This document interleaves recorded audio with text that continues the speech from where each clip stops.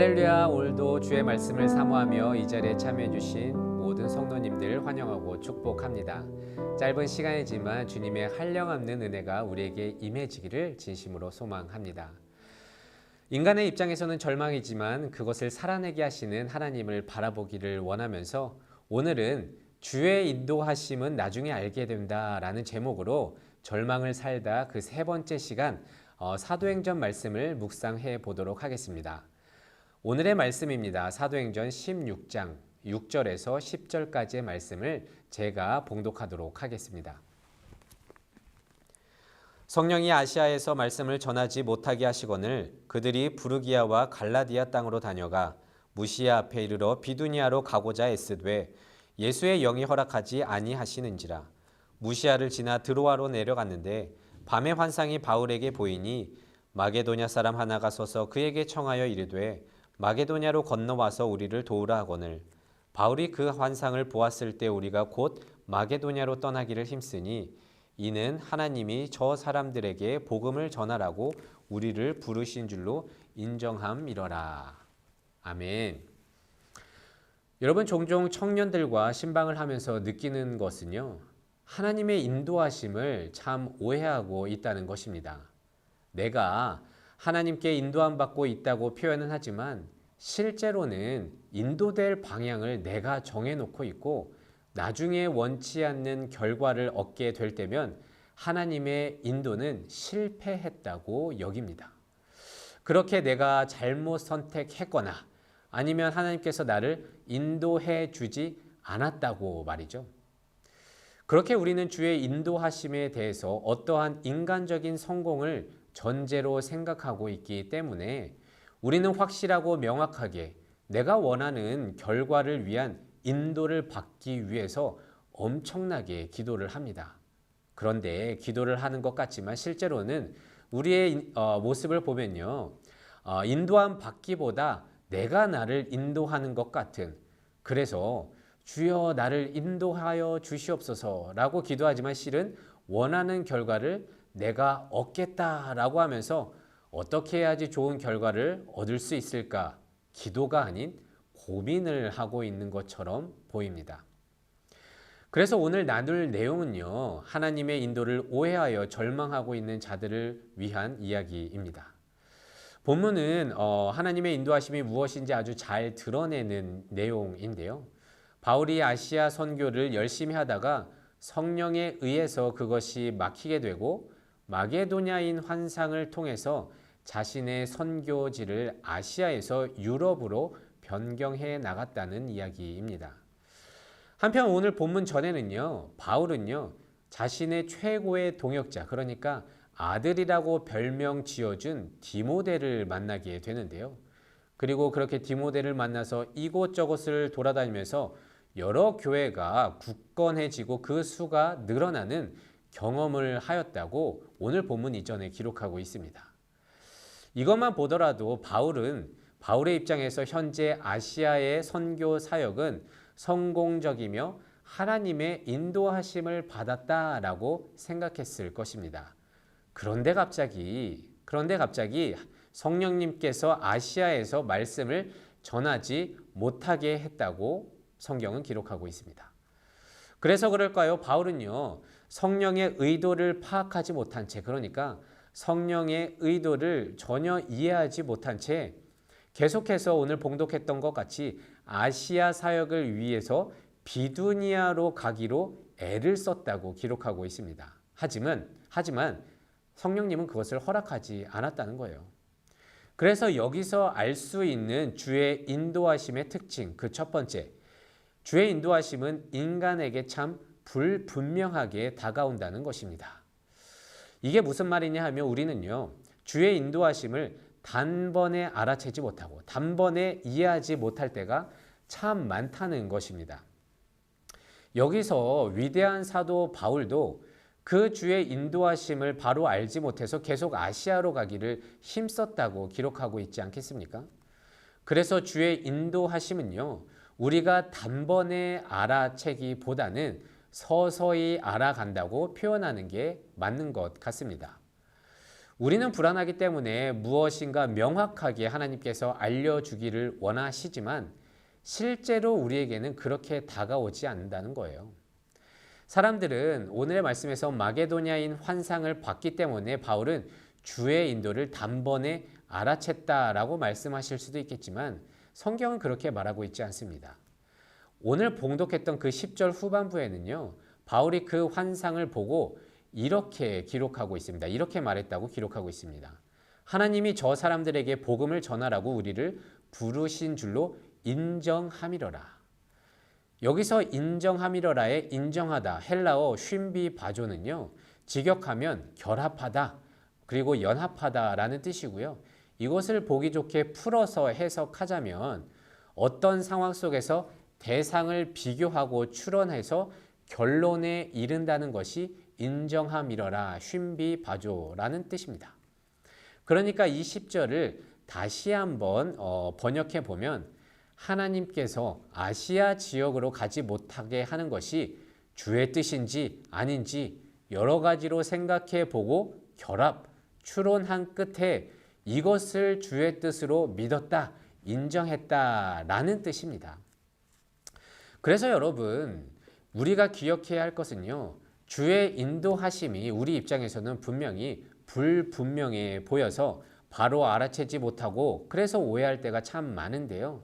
그렇다고 해서 하나님께서는요, 불분명하신 분이 아니고 또 불분명하게 계획을 잡으시는 분이 아니라는 것입니다.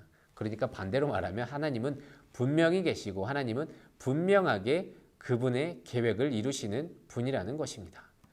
그래서 우리에게 필요한 것은 무엇이냐 하면 포기하지 말고 쉼비바조, 그러니까 이해하기 힘든 상황 속에서도 믿음의 촉각들을 세워서 주의 인도하심을 찾아가는, 이렇게 따져보고 저렇게 따져보고 찾아가는 그 인도하심을 알아가는 싸움을 해야 한다는 것입니다.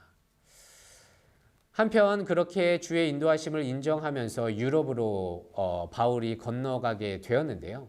그 바울은 어떻게 되었을까요? 고린도후서 11장에는요. 바울의 선교 여행 중에 겪었던 일들을 요약해서 말씀해 주고 있는데요. 그 말들을 제가 짧게 읽어보도록 하겠습니다. 3번 태장으로 맞고 1번 돌로 맞고 3번 파선하고 일주야를 깊은 바다에서 지냈으며 강의 위험과 강도의 위험과 동족의 위험과 광야의 위험을 당하고 줄이며 춥고 헐 벗었다라고 기록하고 있습니다.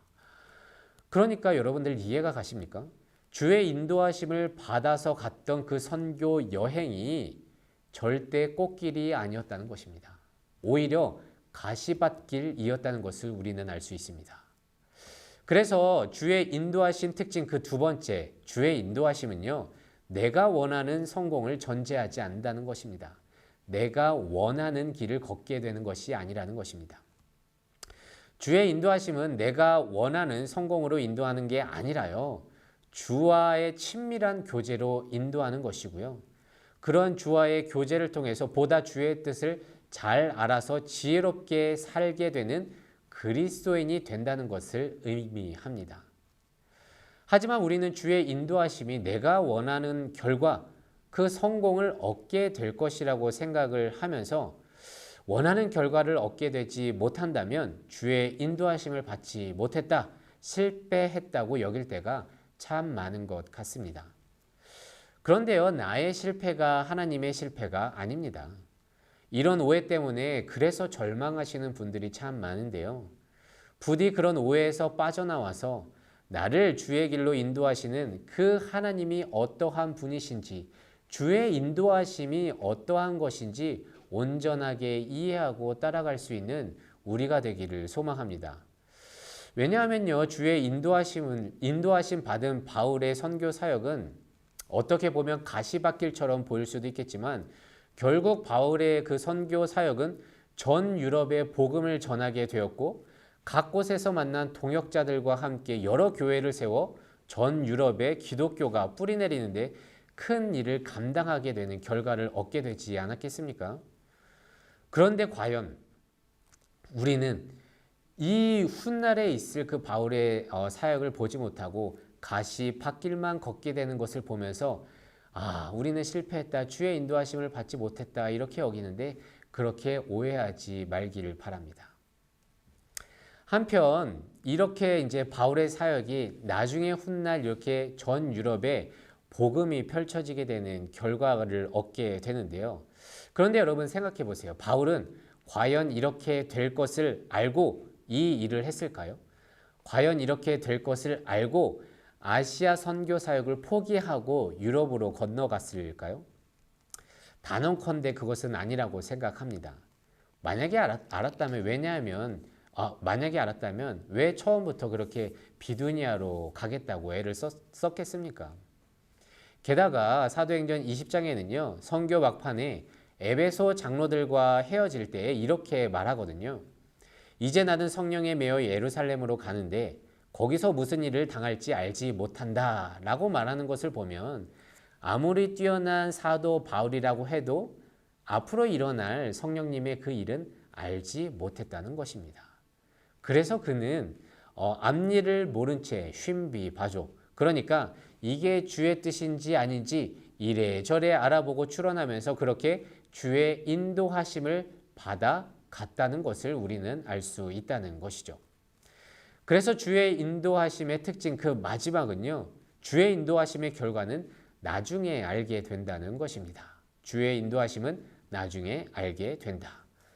그러니까 주의 인도하심은요. 결과를 알고 인도함 받는 것이 아니라 결과를 주께 맡긴 채 믿음으로 가는 것이 주의 인도하심이라는 것입니다.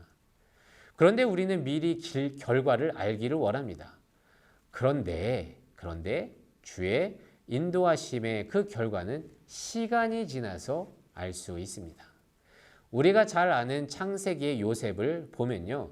그는 주의 결과를 알고 모진 순환을 겪은 자가 아니었습니다. 창세기 50장 20절에는 이렇게 기록하고 있습니다. 당신들은 나를 해하려 하였으나 하나님은 그것을 선으로 바꾸사 오늘과 같이 많은 백성의 생명을 구원하게 하려 했다라고 고백하고 있는데요. 이는 요셉이 17세 때 애굽으로 팔려간 후에 13년 만에 자신이 왜 이렇게 살아왔는지 그 뜻을 깨닫고 형제들에게 말하는 장면인데요. 애굽의 총리가 되어서 이스라엘을 구원하는 그 요셉도 당장은 자신이 어떻게 될지 모르고 살았다는 거예요. 단지 그는 하나님을 그 어려운 상황 속에서도 그냥 믿고 따라갔다는 것이죠. 그래서 여러분 주의 인도하심을 오해하면서 하나님 왜 나에게 명확한 답을 주지 않습니까? 왜 인도함 받아 왔는데 꽃길이 아니라 가시밭길입니까? 하면서 절망하고 있는 분이 계십니까? 그렇다면 이것을 꼭 기억해 주시기를 바랍니다.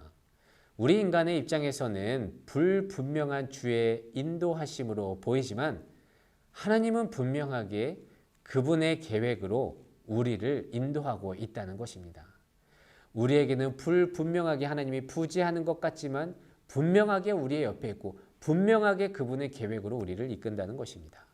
그리고 그게 내가 원하는 것이 아닐지라도 주님은 항상 나와 함께 계시며 그 결론은 나중에 알게 되기 때문에 우리는 끝까지 포기하지 않고 나를 사랑으로 인도하시는 그 하나님을 신뢰함으로 순종하며 따라가야 한다는 것입니다. 혹시 지금의 나를 보고 실망하거나 주가 인도 안 해주신다고 단념하지 마십시오. 그래서 하나님은 안 계시고 나를 위해서 일 안 한다고 좌절하지 마십시오. 이렇게 생각하는 이때에도 하나님은 분명하게 일하시고 분명하게 우리를 인도하고 계십니다. 그리고 내가 지금 주님의 뜻을 모른다고 해서 단념하지 마시고요. 하나님의 그 모든 뜻은 나중에 알게 되니까 지금을 포기하지 마시고 나를 인도하시는 그 하나님을 신뢰하면서 마지막까지 순종하면서 따라가기를 소망합니다. 그래서 부디 우리에게 쉰비바조 믿음의 촉각들을 세워서 주의 인도하심을 찾아가는 알아가는 믿음의 싸움 하게 하시고 나중에 알게 될 주의 뜻을 기대하면서 기도하는 마음으로 나의 주어진 인생을 꿋꿋하게 살아내는 우리 되시기를 진심으로 소망합니다. 그래서 오늘도 이 말씀을 묵상하면서 한날 승리하면서 살아가는 여러분 되시기를 기도하겠습니다. 오늘의 말씀을 묵상하면서 함께 기도하기를 원합니다. 주의 인도하심은 우리에겐 불분명하게 느껴져서 단번에 잘 알아채지 못하고 이해하지 못해 좌절하고 절망할 때가 많은데, 그럼에도 불구하고 하나님의 인도하심은 분명하다는 것을 믿습니다. 그래서 믿음의 촉각들을 세워 주의 인도하심을 찾아가며 알아가는 신앙의 싸움을 잘 해나가는 우리들에게 하여 주시옵소서. 주가 인도하심은 우리가 원하는 성공을 전제하지 않음을 고백합니다. 내가 원하는 꽃길이 아닐지라도 나의 실패가 하나님의 실패가 아님을 알고 나를 인도해내시는 그 하나님을 원망하기보다 주가 보이실 길을 기대하며 묵묵히 걸어갈 수 있는 믿음 허락하여 주시옵소서. 주의 인도하심은 나중에 알게 됨을 또 알게 됩니다.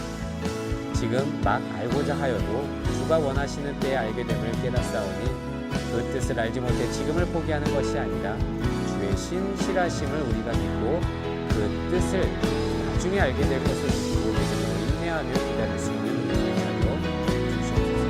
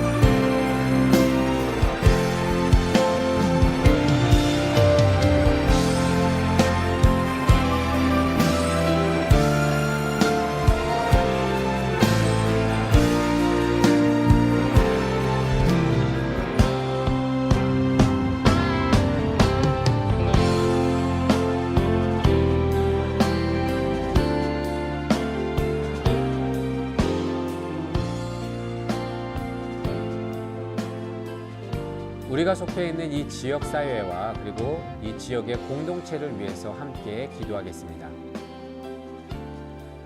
모두가 어려운 이때 우리 교회가 하나님의 사랑을 실천하는 교회가 되어 이 지역 사회의 모든 영혼들을 위해 기도하고 섬기는, 그래서 주가 보시기에 합당한 교회 되게 하여 주시옵소서. 여전히 우리 주위에는 힘들고 고통 가운데 있는 자들, 그리고 외롭고 아무도 모르게 신음하는 자들이 있습니다. 우리가 그들을 찾아가 친구 되게 하시고 주께서 맡겨주신 이 영혼들을 위해 감사함으로 섬길 수 있게 인도하여 주시옵소서. 또한 교회 내에서 우리의 손길에 필요로 하는 자들이 있습니다. 이들의 필요가 무엇인지 내 주위를 살필 수 있는 긍휼의 마음 허락하여 주시고 이들에게 먼저 따뜻한 손길을 내밀어 함께 교회 공동체 안에서 손잡고 이 어려운 시기를 넉넉히 이겨낼 수 있는 모든 주의 백성 될 수 있도록 인도하여 주시옵소서.